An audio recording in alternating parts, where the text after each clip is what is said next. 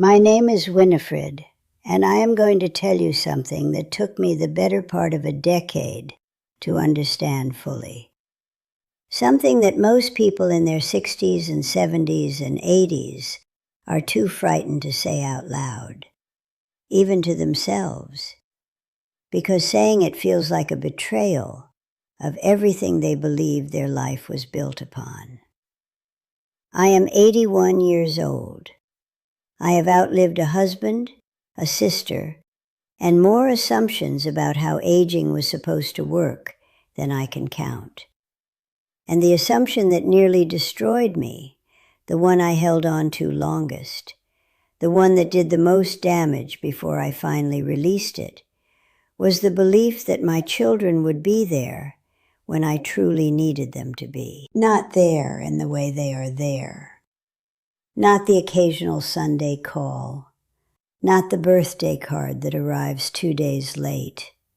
Not the dutiful visit at Christmas, where everyone pretends the guest room mattress is comfortable and nobody mentions the elephant in the room, which is that I am getting older and we are all frightened of what that means.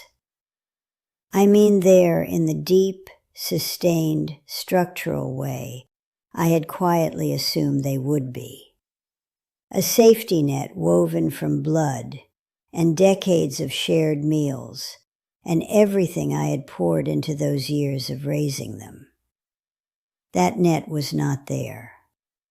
Or rather, it existed, but it had gaps wide enough to fall through. And I fell. What caught me eventually were not my children. What caught me were 5 principles I stumbled toward in the dark, one by one, each of them arriving disguised as a loss before I understood it was actually a lesson. I want to give them to you more directly than they came to me. I want to spare you, if I can, the years I spent figuring this out the hard way. The first principle: release the ledger. When my husband Desmond passed, I had spent 43 years inside a marriage that was, in its own complicated and imperfect way, a genuine partnership. He was not an easy man. I was not an easy woman. But we had built something together, and when he was gone, I discovered that a significant portion of what I had thought was my own solidity was actually his, borrowed and incorporated so gradually that I had forgotten it was not originally mine. Our 4 children responded the way children do. They gathered. They organized casseroles and telephone trees and the complicated logistics of grief. My eldest son, Rafferty, appointed himself the manager of the first weeks, which was both useful and maddening. My daughter Cleo made spreadsheets. There was warmth and presence and the sustained hum of family doing what family does in crisis. And then, as it always does, ordinary life reasserted itself. Rafferty had a business in another city. Cleo had 3 children of her own, one of them dealing with something at school that was consuming her every spare hour of attention. My other 2, Stellan and Bex, were kind and well-meaning, and also simply far away, in every sense of that phrase. The calls thinned. The visits became rarer. I would count the days between one check-in and the next, and the counting itself was making me sick. Not the gaps, but the counting, the vigilance, the way I had begun tallying what each of them owed me and measuring it against what they were actually providing. I had constructed a ledger in my mind. Decades of school lunches and late-night fevers and college tuitions and standing in hospital waiting rooms, and showing up when they needed someone to show up. All of it recorded in some interior accounting system I had not known I was keeping. And I was waiting for the balance to be paid. It never was. It never would be. Not because my children are ungrateful or selfish or anything other than what they are, which is ordinary human beings with their own pressures and their own fears and their own ledgers they are trying to balance. The first principle is this: close the ledger. Burn it if you can. What you gave to your children was never a loan. It was never an investment designed to yield a return. The love you poured into raising them belongs entirely to the past. It is complete in itself, finished, not an ongoing debt they carry. The moment you release the idea that they owe you something commensurate with what you gave, you stop measuring every phone call against a number they can never reach, and you become free. Free from the bitterness, free from the scorekeeping, free to simply receive whatever they genuinely offer, which, when you stop comparing it to an impossible expectation, is often more than you realized. It took me years to close that ledger. I wish it had taken weeks. Releasing it did not make me love my children less. It made the love cleaner and less contaminated by the resentment that had been growing inside it like mold behind a wall. The second principle: become a person again. I had been Desmond's wife for 43 years and a mother for 41. These were not identities I had worn lightly or temporarily. They were the architecture of my interior life.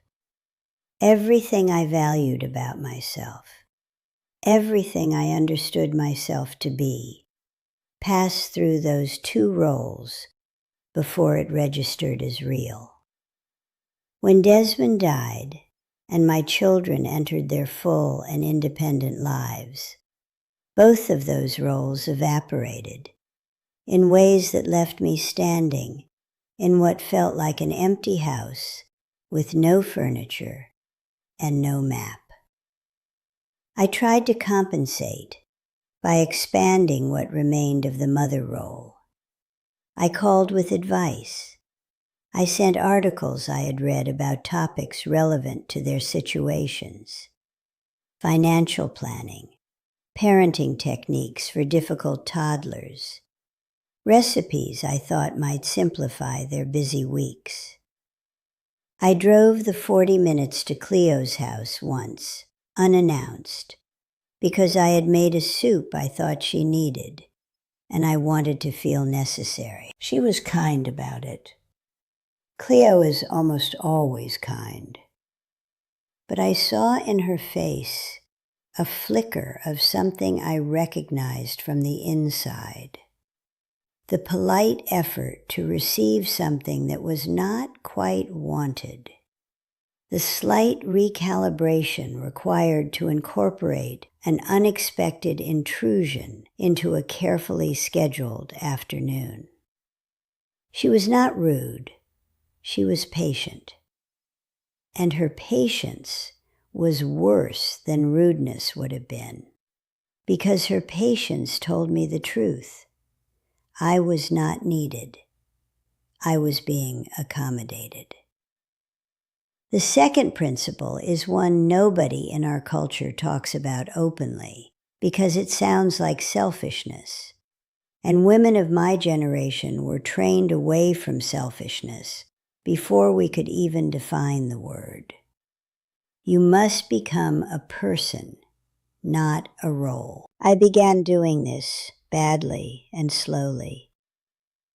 I signed up for a pottery class at the community center because the brochure was sitting on my kitchen table, and I could not think of a reason not to. I was terrible at pottery. My pieces looked like the work of someone who had suffered a minor head injury. I went back every week for 4 months. I did not become good at pottery, but I became someone who went somewhere on Thursday mornings for a reason that had nothing to do with any family member.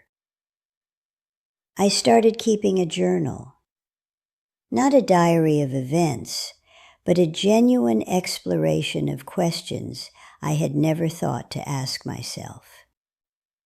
What did I actually find beautiful? What made me laugh when nobody was watching?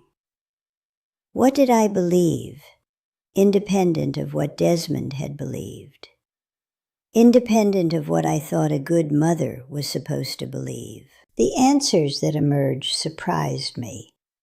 I had opinions about architecture I had never voiced.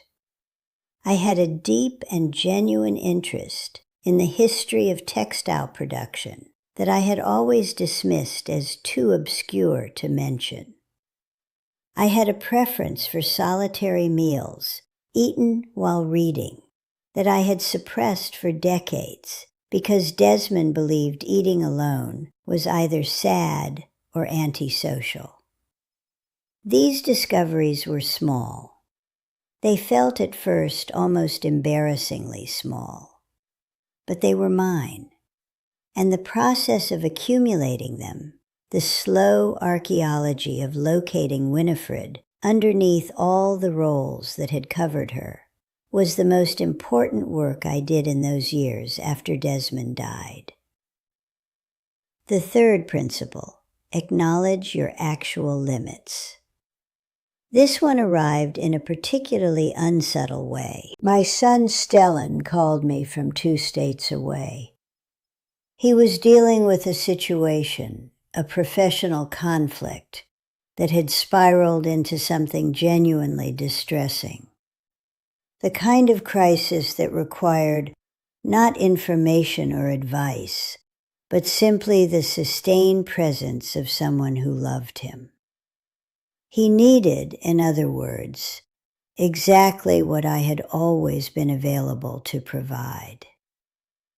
Except that I was 73 years old, living alone, and in the aftermath of a fall the previous winter that had left me with a rebuilt hip and a quietly revised sense of my own physical capacities. I could not get on a plane without difficulty. I could not, if I am honest, be the version of mother that Stella needed in that moment. The capable, resourceful, unshakably present mother of his memory. I told him I loved him. I talked to him for 2 hours. And when we hung up, I sat in my kitchen and wept. Not for his difficulties, which were real but survivable, but for the particular grief of understanding that I was no longer what I had been. That the role of rescuer, of the person who fixes things, had quietly expired without my permission. The third principle is about honesty with yourself and with the people who love you. You have real limits now, and pretending otherwise serves no one. This is not defeat. It is a different kind of courage. The courage to say, clearly and without apology, here is what I can offer, and here is what I genuinely cannot. When I began having these conversations with my children, not dramatically, not as announcements of decline, but simply as honest recalibrations of what they could reasonably expect from me, something shifted in our relationships. The pretense dissolved. I stopped performing a version of myself I could no longer fully embody. They stopped tiptoeing around the obvious. We could meet each other, finally, in the actual present tense, rather than in the mythology of who I used to be. There is a particular freedom that comes from ceasing to maintain the performance of a self you have outgrown. I had not expected that freedom to feel like relief. It did. The fourth principle: make peace with your own company. I had never truly been alone. Not once in 81 years, not for any sustained period. Childhood in a loud household of 6, university with housemates, straight into marriage at 24. 4 decades of a home that was never quiet, never empty, always populated with the noise and motion and need of other people. After Desmond died, silence arrived in my house like an uninvited house guest who refused to leave. I fought it for the better part of 2 years. I kept the radio on in every room. I engineered reasons to go out, errands that could have been consolidated but weren't, because staying home meant staying alone. I called people I barely knew well enough to call, just to hear a voice on the other end of the line, just to displace the absence. It was not sustainable. It was also, I eventually came to understand, a form of cowardice that was costing me something important. The shift came during a power cut one January evening. The radio went off, the television went off. The small, persistent background noise I had used to insulate myself from myself went off. I sat in the dark with a candle, and for the first few minutes I was convinced I was going to crawl out of my own skin. And then I didn't. The feeling passed, the way feelings do when you stop struggling against them. And what remained was something I can only describe as my own company. Winifred, sitting in a quiet room, not waiting for anything, not performing for anyone, not needing any particular thing to happen next.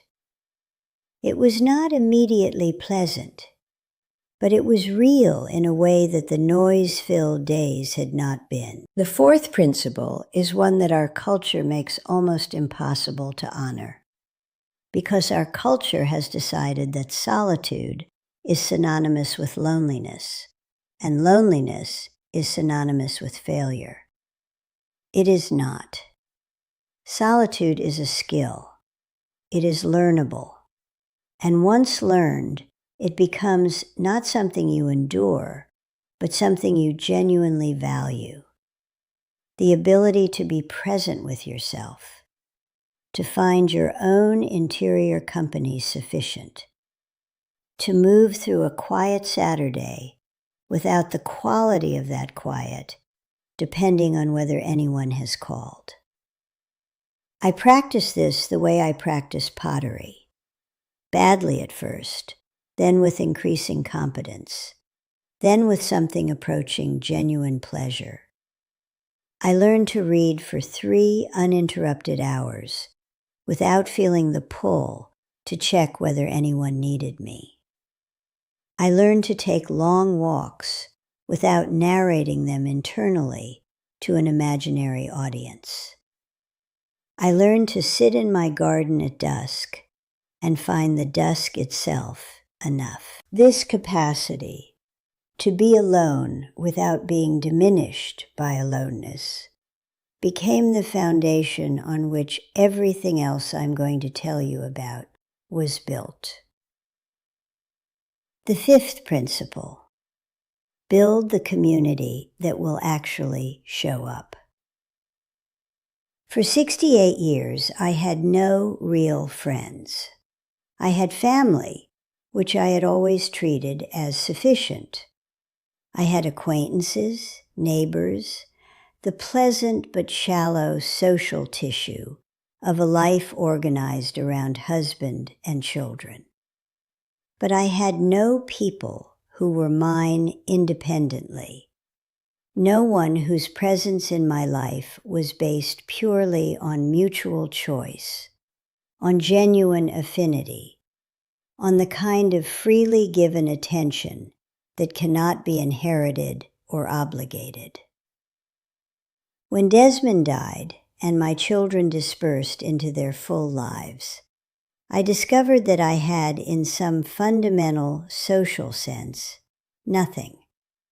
No infrastructure, no network of people who would notice with genuine concern rather than dutiful obligation if I did not appear somewhere I was expected to appear. This was the most frightening discovery of that period. More frightening than the silence. More frightening than acknowledging my limits. Because it pointed to a specific and correctable failure. I had spent 6 decades investing exclusively in a social portfolio with no diversification.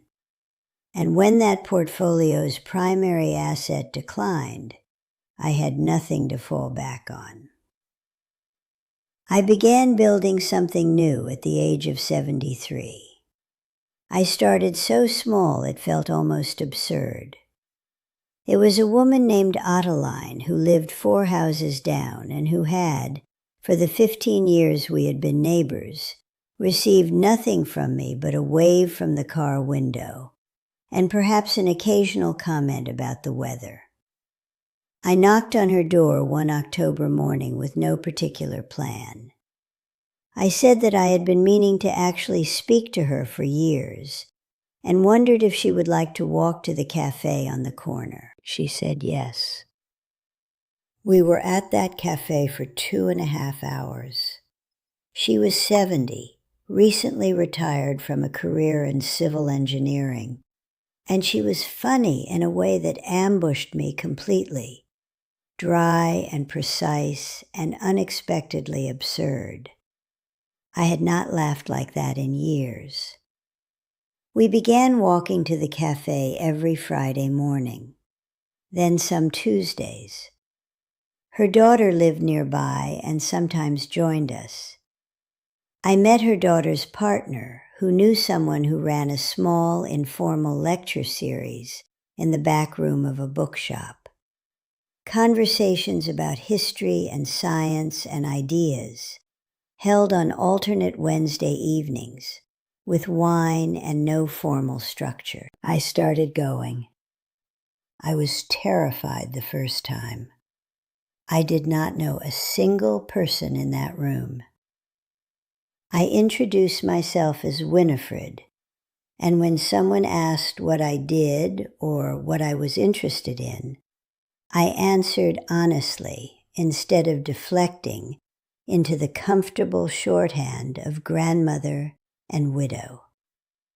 I said that I had been thinking recently about the history of cartography and the political assumptions embedded in the way maps have been drawn across different centuries, which was true because I had been reading about exactly this. A man named Prosper, who turned out to be a retired geography professor, said that was a fascinating entry point, and could we continue that conversation? We did. We are still, 3 years later, continuing it.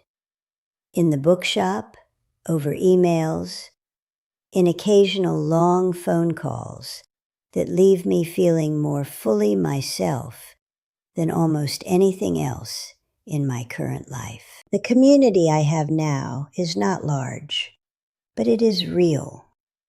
It is made of people who chose me and whom I chose, for reasons that have nothing to do with blood or history or obligation. Adeline who has become one of the great friendships of my life, and who recently informed me, with characteristic precision, that she considers me her most interesting acquaintance, and that she says this as a compliment because she has very high standards. Prosper and his wife Claudette, who have folded me into their family's orbit in a way that feels generous beyond what I deserve. The small, shifting community of the bookshop evenings, where I am simply Winifred, who asks complicated questions and sometimes brings good wine. My children know about this life. Cleo said something to me last spring that I have thought about many times since. She said that she had spent a long time after her father died, worrying about me in a low-grade, persistent way. Not enough to change her behavior significantly. She was honest about that. But enough to be a constant minor weight in the background of her daily life. She said that the weight had lifted. She said I seemed, and she used this word carefully, like I had found my own ground. I had. It took longer than it should have. I wasted years expecting the ground to be provided by people who loved me, but could not carry that weight without damaging themselves and me both. The fifth principle is simply this. The community that will show up for you as you age is not the community you were born into. It is the one you build. Deliberately, awkwardly, one October morning walk to a cafe at a time. The investment feels strange at first, particularly for those of us raised to believe that making friends as an adult is somehow either unnecessary or unseemly. It is neither. It is essential. Your family will love you, most of them, in the ways they are capable of. And those ways will be insufficient for what you actually need. Because what you need is too large and too constant and too various to be carried by any single set of relationships, no matter how devoted. Build the community.